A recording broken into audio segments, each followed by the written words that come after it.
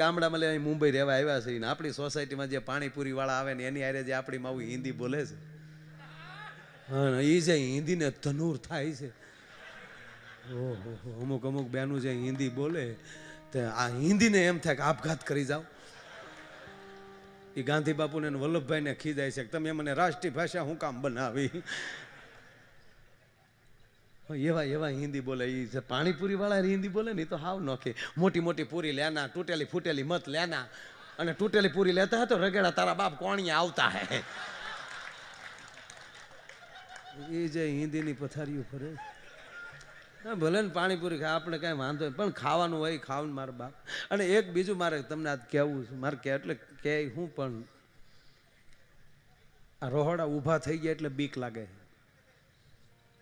હવે રોહડા ઊભા થઈ ગયા, પહેલા તો આપણી તાવડીયું દાંત કાઢ્યું છું.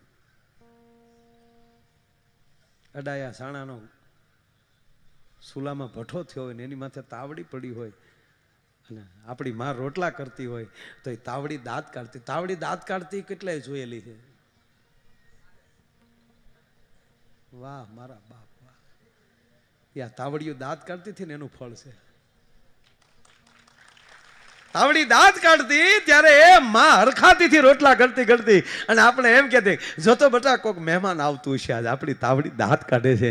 15 દીથા કોઈ મહેમાન નહોતું આવ્યું એટલે અમને હક નહોતું, આજ તાવડી દાંત કાઢે નક્કી આજ મારગડે કોઈક મહેમાન આવતું હશે. સાહેબ મહેમાનની એંધાણીઓ આપણી તાવડીઓ દેખાડજો છો. એને બદલે હવે મહેમાન આવે તો કે એકચ્યુઅલી તમે મોડા આવ્યા, અમે તો બહાર જવા માટે નીકળીએ જ છીએ. બહેનોને મારી નમ્ર પ્રાર્થના, ખરેખર આલા ફિલ્મો એવા નીકળે ને મયરિયા મંડળું માનતું નથી ને રવિવારે ઘરે કોઈ રાંધતું નથી. રવિવારે તો બહાર જ જમવા વયા જાય. સત્સંગ આ નહીં થવા દે, એને રોકશે. અને ત્રીજી વાત, 100% બહાર જમો મને કોઈ ઓલું નથી, પણ બેનો પ્રાર્થના કરીને એટલું કહું કે જેથી ઘરે જમવાનું ન હોય, ઘરે રાંધવાનું ન હોય ત્યારે કૃપા કરી કમસે કમ એક રોટલી તો રાંધતા જાજો. કારણ કે તમે જે ભગવાનને ઘરે બેહાડ્યો ને એ હોટલમાં નથી જમતો, એના માટે તો એકાદી રોટલી બનાવતા જાજો ભલા માણસ. બહુ અઘરી વસ્તુ છે. અને આમાં જેટલા ભાઈઓ જે પંજાબી કે જે કાંઈ હોટલોમાં જમો છો, ઘણી વાર જમે જ છે ને એમાં અહીંયા હે ભાઈ એક આમ અહીંયા હાથ રાખીને કહો કે ત્યાં જે તમે તાંદોલી રોટી ખાવ છો અને જે તણાઈ ગયેલી આવે એવી ઘીરે જો તમારી પત્નીએ બનાવી હોય તો આમાં કેટલા સ્વીકાર એવા રાયડું મળે આવી કોને બનાવી. અને ન્યા મારા વાલીડા રૂપિયા ગયો છે ને વખાણ કરો તંદુરી રોટીમાં મજા આવે. કાં અરે મજા હું તારું કપાળ આવ્યું, આ તો માં પરાયણે તને હારે લાવ્યા એટલે વખાણ કર્યા વગર છૂટક્યા નથી તારે. નહીં એ જરૂરી નથી મારા બા, પણ જેની પાસે સત્સંગ પડ્યો છે એ આનાથી અટકાવશે. સત્સંગથી આ ફેર પડે છે. તમારું બાળક નોકર નહીં બને, માલિક બનશે.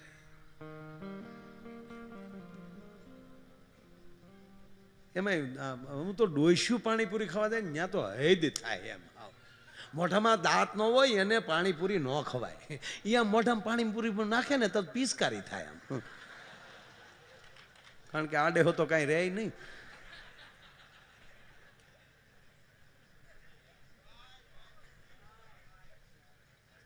જીવનમાં મારો કહેવાનો મતલબ એ છે કે જીવનમાં એ ઉજળી તક એ જ મહત્વની વાત છે. અને તમે ભગવાન ઉપર ભરોસો મૂકી ગયો સાહેબ, એ કોઈને ભૂખ્યા નહીં રહેવા દે. હે આ કૃપા જે છે ને એ મૃત્યુને ઉત્સવ મનાવી દે. નહીતર અમુક તો વાવણી દી મરે, કપાસ્યું વાળા સિવાય કોઈ ઘીરે ન હોય. વાવણી દી મરે તેથી હોય કોણ? બાળવા જવામાં કોણ હોય? કાંજ્યા હોય એ કપાસ્યું વાળા ઠહડક ઠહડક, ઓલા રિમોટ ટાયર રેકડા ને હોય એ તો ઓલો અંદર હું તો કેતો હાકે રાખો. હમણાં રામ રામ તો ઓલો તાવળી 3-4 જણા શું કે રામના દીકરા થામાં વાદળો છેડ્યો, થોડાક હાલે રાખો હાલે. 3 સાટા ખર્ચે તમારો બાપ નહીં બળે. મોનિટર આપો ને, આ હાવ બંધ થઈ ગયા આવડા. હા થોડાક ઓલા સંભળાય છે, આ ન સંભળાય. આપો ને, બલમ નીકળ્યું લાગે.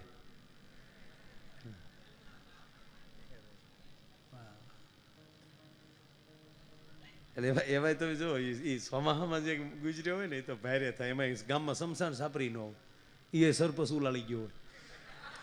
અમુક તો ગામ છે કઠણાઈ ના હાવ માઇન્ડ હકોરીને બાળવાનું શરૂ કરે, ત્યાં હરવડું આવી જાય, સુંદીને પાછું ઠરી જાય. અને ઘણા તો ન્યા બીડીયું કાઢે. મારા દીકરા બાકહ નો હોય તો બળતો ન્યાલી ડીંડલું લે આમ.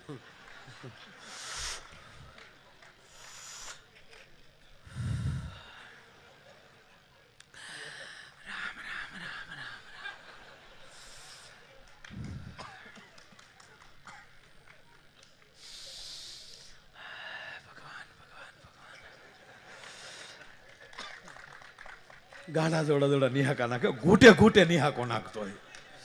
રામ રામ રામ રામ રામ. કડબના ભોળા ઘોડે બળે બોલો દો છે જીવનના ભરોસા. કાલ મારો દીકરો હિલોળા કરતો હતો, જયારે ફૂગો ફૂટે એમ ફૂટી ગયો ઘડીકની વારમાં. તો ઓલો પડખે બેઠો કે માણા હારો હતો. ઓલો કે હારો હું તારા બાપનું કપાળ હતો, બૂસ મારું હતો તારો બાપ. તાકે તને શું ખબર, તાકે દાન લખાવતો પછી દેતો ક્યાં. ઘણી જગ્યાએ તો કોશ્યું મારી મારીને પાછી તકતી ઉખેડાના દાખલા.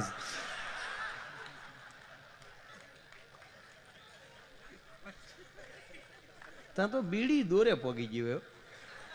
ત્યાં વળી બીજો બાજુમાં શું કે અરે હોય કાલ તો મારી વાડી આવ્યો હતો. ઓલો કે હવે આવે તો કહેજે ને, અને હવે આવે તો તોય વંડિયું ઠેકે ન જા. ત્યાં તો બીડી દોરે પોગી ગયું. તે ઓલો બળતો એની જ માથે નાખ્યો. અરે હા, આપણે બીડી ઘોડે બળી જ જવું ને. બીડી તો તારીમાં દોરો લઈને જાય, તું હું લઈને જાય. હાવ બીડા માલી ગયો હતો. હમણાં આ શિવરાત્રીનો મેળો ગયો ને, હમણાં એક ભાઈ અમારે મવા જુનાગઢ બસમાં ચડ્યા. તો કોઈ કીધું ક્યાં જાવ? કે જુનાગઢ. કેમ? કે શિવરાત્રીના મેળામાં. એમ કે વાહ વાહ, ક્યારે ગયા છો કે નહીં? પહેલી વાર. કે તો તમે ભાગશાળી, બહુ ભાગશાળી તમે. કેટલા સંતોના દર્શન થાય ને એમાંય તમે સાંભળી લો કે પહેલી જ વાર જાઓ છો એટલે ખાસ મગજમાં રાખજો, કોઈ દિગંબર સાધુના દર્શન થઈ જાય અને એના પગ પકડી લો એટલે તમે સીધા વૈકુંઠમાં. અમુક અમુક મુદ્દા માણસ મૂકી દે. અમરનાથ જાત્રા જાય ને ત્યાં પારેવા ગોતતા હોય. પારેવા તારા બાપ તારી ઘીરે ઉતરશે, મુઠ્ઠી જાહેર નાખી તો. અને 20 રૂપિયાની જોડ મળે ધોળા ફૂલ. અહીંયા ભોળોનાથ છે એના દર્શન કરીને ભાઈ અમને કબૂતર ન જોવા મળ્યા, કૃષ્ણાય આ કોઈ ફાલવી દીધેલું છે. નગર ત્યાં તો પોપટની વાત છે, સુખની વાત છે, કબૂતરની વાત નથી. પણ હવે આમ જાવ તો આવું થાય તો જ હાસું. આને કોઈ બીજા દિગંબરનું કહી દીધું ને ઓલો ગયો જુનાગઢ. હજી તો ભવનાથ આઘો હતો ને દામો કુંડે પગ્યો ને ત્યાં એક દિગંબર મળી ગયા, ખાલી નાની પોતળી પહેરેલી. ત્યાં તો એને પગ પકડી લીધા. એ બાપુ આશીર્વાદ દઈ ગયો. ઓલો કે પગ મૂકીને આશીર્વાદ નો દીકરો. પગ મૂક ભાઈ,